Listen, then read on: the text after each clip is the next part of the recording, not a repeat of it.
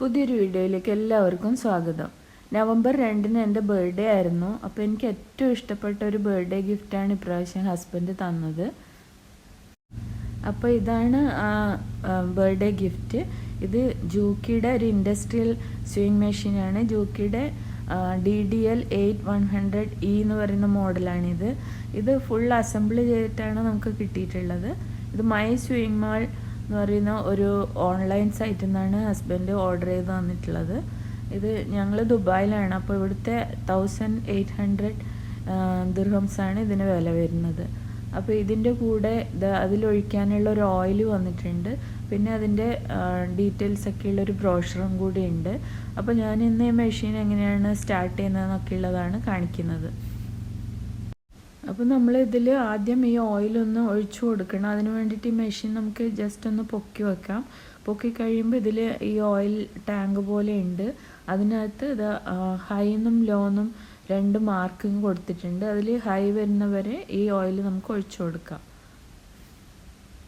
ഞാൻ ഫസ്റ്റ് ടൈമാണ് ഇങ്ങനത്തെ മെഷീൻ യൂസ് ചെയ്യുന്നത്. ഇതുവരെ ഇതുപോലത്തെ യൂസ് ചെയ്തിട്ടില്ല. ടേബിൾ ടോപ്പ് സ്വിങ് മെഷീനാണ് സാധാരണ ഉപയോഗിച്ചിട്ടുള്ളത്. അപ്പോൾ ഞാൻ ആകെ നല്ല എക്സൈറ്റഡ് ആണ് ഇതിൽ സ്റ്റിച്ച് ചെയ്യാൻ വേണ്ടിയിട്ട്. അപ്പോൾ ഞാൻ ഇതിൽ ഓയിൽ ഒഴിച്ചു കൊടുത്തിട്ടുണ്ട്. ഇനി ഇതിലെങ്ങനെയാണ് നൂല് കോർക്കുന്നതെന്ന് നോക്കാം.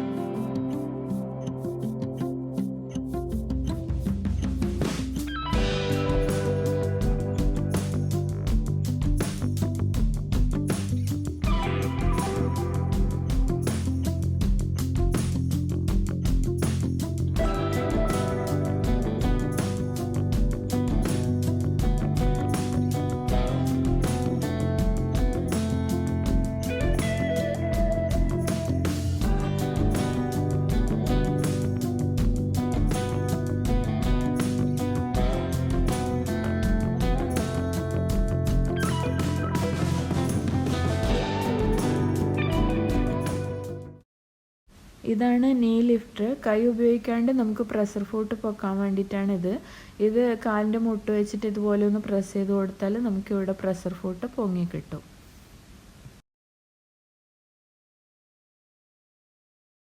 കുറച്ചധികം സമയത്തേക്ക് പ്രഷർ ഫുട്ട് പൊക്കി വെക്കണമെങ്കിൽ ഈ ലിവർ ഇതുപോലെ പൊക്കി കൊടുത്താൽ മതി. അതുപോലെ താഴ്ത്തി കൊടുത്താൽ പ്രഷർ ഫുട്ട് താഴണം കിട്ടും. ഈ ലിവർ താഴ്ത്തി കഴിഞ്ഞാൽ നമുക്ക് സ്റ്റിച്ച് ബാക്കോട്ടേക്ക് പോകും. അതുപോലെ ഇത് സ്റ്റിച്ച് ലെങ്ത്ത് സെലക്ട് ചെയ്യാനുള്ള ഡയലാണ്. 0 to 5 വരെ അതിൽ വരുന്നുണ്ട്. മെഷീൻ റൺ ചെയ്യാൻ വേണ്ടിയിട്ട് നമ്മൾ ചവിട്ടി കൊടുക്കേണ്ട പെഡൽ ഇതാണ്. ഇത് ബോബിനിൽ നൂല് ചുറ്റാൻ വേണ്ടിയിട്ടുള്ള ഭാഗമാണ്. അപ്പോൾ ഇതിൽ നമുക്ക് എങ്ങനെയാണ് ബോബിനിൽ നൂല് ചുറ്റുന്നത് നോക്കാം. അപ്പോൾ ഇതിൻ്റെ ബോബിൻ കേസുമാണിത്. അപ്പോൾ ബോബിനിൽ നൂല് ചുറ്റുന്നത് എങ്ങനെയാണെന്ന് ഞാൻ കാണിച്ചു തരാം. അപ്പോൾ ഇതുപോലെ ഇവിടെ ബോബിൻ വെച്ചിട്ട് നമുക്ക് ത്രെഡും മുകളിൽ ഇട്ട് കൊടുക്കാം. മുകളിൽ ഇതുപോലെ ഒരു സ്റ്റാൻഡ് ഉണ്ട്. ഇതിൽ ഞാൻ വീഡിയോയിൽ കാണിക്കുന്ന രീതിയിലാണ് ബോബിനിൽ നൂല് ചുറ്റിയെടുക്കേണ്ടത്.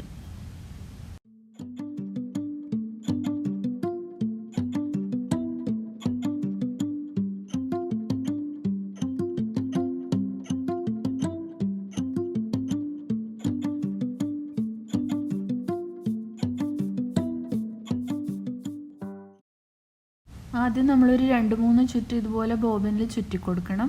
അതിനുശേഷം ഇവിടെ ഒരു സ്വിച്ച് ഉണ്ട്. അത് ഓൺ ചെയ്തതിന് ശേഷം ഈ ഗ്രീൻ സ്വിച്ച് പ്രസ് ചെയ്താൽ ബോബിനിൽ നൂല് തനിയെ ചുറ്റി വന്നോളും. അത് കഴിഞ്ഞിട്ട് ബോബിൻ നിറഞ്ഞു കഴിയുമ്പം അത് താനെ ഓഫാവും. അപ്പോൾ ഇവിടെ ഒരു ഓഫ് സ്വിച്ച് ഉണ്ട്. അതും കൂടി ഒന്ന് ഓഫ് ചെയ്തേക്കുക.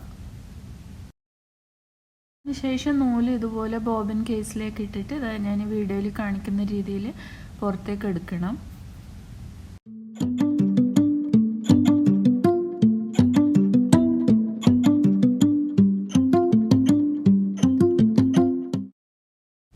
എന്നിട്ട് നമുക്ക് ഈ ഭാഗം ഇതുപോലെ ഒന്ന് പ്രസ് ചെയ്തിട്ട് ഓപ്പൺ ചെയ്യാൻ പറ്റും. അതിൻ്റെ അടിഭാഗത്തായിട്ടാണ് ഈ ബോബിനിടാനുള്ള സ്ഥലമുള്ളത്. ഇനി ഇത് ഓപ്പൺ ചെയ്തിട്ടല്ലെങ്കിൽ നമുക്ക് താഴത്തേക്കൂടെയും ഇടാൻ പറ്റും. അപ്പോൾ ഇതാ ഞാനിത് ഓപ്പൺ ചെയ്ത് കാണിക്കുന്നുണ്ട്. അവിടെ ബോബിൻ ഇടാനുള്ള ഒരു സ്ഥലമുണ്ട്. അവിടെ ഇട്ട് കഴിയുമ്പോൾ നമുക്ക് ഒരു ചെറിയ സൗണ്ട് കേൾക്കാം, ടിക്ക് എന്ന് പറഞ്ഞിട്ട്. ആ സൗണ്ട് കേട്ട് കഴിഞ്ഞാൽ ഇത് ഇട്ടത് കറക്റ്റാണെന്നാണ് അതിൻ്റെ അർത്ഥം. ഇനി ഇതിൻ്റെ സൈഡിൽ ഒരു ഹാൻഡ് വീൽ ഉണ്ട്. അതൊന്ന് തിരിക്കുമ്പോൾ നമുക്ക് ഈ സൂചി താഴത്തോട്ടേക്ക് പോയിട്ട് താഴത്തെ നൂലും കൂടി മുകളിലേക്ക് വരും. അപ്പോൾ നമുക്കത് സ്റ്റിച്ച് ചെയ്യാനുള്ള നൂല് റെഡി ആയിട്ടുണ്ട്.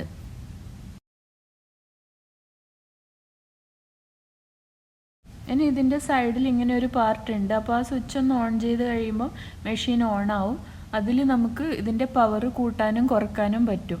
അപ്പോൾ ആ പവറിൻ്റെ തൊട്ട് താഴെ ഒരു പ്ലസ് സൈൻ ഉണ്ട്. അത് പ്രസ് ചെയ്യുമ്പോൾ നമുക്ക് പവർ കൂടും, അതായത് സ്പീഡ് കൂട്ടും കുറക്കുകയും ചെയ്യാം. അതുപോലെ റൈറ്റ് സൈഡിൽ ഒരു മൈനസ് സൈൻ ഉണ്ട്. അത് പ്രസ് ചെയ്യുമ്പോൾ സ്പീഡ് കുറയും. പ്ലസ് പ്രസ് ചെയ്യുമ്പോൾ സ്പീഡ് കൂടും, മൈനസ് പ്രസ് ചെയ്യുമ്പോൾ സ്പീഡ് കുറയും. പിന്നെ ഒരു ലൈറ്റിൻ്റെ സ്വിച്ചും കൂടി ഉണ്ട്. നമുക്ക് വേണമെങ്കിൽ ലൈറ്റും കൂടി ഇതിൽ ഫിക്സ് ചെയ്യാൻ പറ്റും. പിന്നെ ഇതിൽ എങ്ങനെയാണ് സ്റ്റിച്ച് ചെയ്യുന്നതെന്ന് നോക്കാം. അപ്പോൾ മെഷീൻ സ്റ്റിച്ച് ചെയ്യാൻ വേണ്ടി റെഡി ആയിട്ടുണ്ട്. ഫസ്റ്റ് ടൈമാണ് ഞാൻ ഇതിൽ സ്റ്റിച്ച് ചെയ്ത് നോക്കുന്നത്. നല്ല സ്മൂത്താണ് സ്റ്റിച്ചിങ്. അപ്പോൾ നമ്മൾ എപ്പോഴും സ്റ്റിച്ചിങ് സ്റ്റാർട്ട് ചെയ്യുമ്പോഴും ആദ്യം ഒരു 2-3 സ്റ്റിച്ച് കഴിഞ്ഞതിന് ശേഷം നമുക്ക് ആ ബാക്ക് സ്റ്റിച്ച് ചെയ്യാനുള്ള ആ ലിവർ ഒന്ന് പ്രസ് ചെയ്ത് കഴിഞ്ഞാൽ ബാക്കിലോട്ട് പോയിക്കോളും. അതിനുശേഷം സാധാരണ പോലെ സ്റ്റിച്ച് ചെയ്ത് വരിക. എന്നിട്ട് താഴെ സ്റ്റിച്ച് ചെയ്ത് കഴിയുമ്പോൾ വീണ്ടും ഒന്ന് ബാക്ക് സ്റ്റിച്ച് അടിക്കുക. എന്നാലേ നമ്മളെ സ്റ്റിച്ചിങ് ലോക്കാവുള്ളൂ. അപ്പോൾ ഈ വീഡിയോ യൂസ്ഫുള്ളായെന്ന് ഞാൻ വിചാരിക്കുന്നു. അപ്പോൾ വീഡിയോ ഇഷ്ടമായിട്ടുണ്ടെങ്കിൽ എൻ്റെ ചാനൽ ലൈക്ക് ചെയ്യാനും കമൻറ്റ് ചെയ്യാനും സബ്സ്ക്രൈബ് ചെയ്യാനും മറക്കരുത്. എത്രയും പെട്ടെന്ന് തന്നെ നമുക്ക് വീണ്ടും കാണാം. അതുവരേക്കും ബൈ.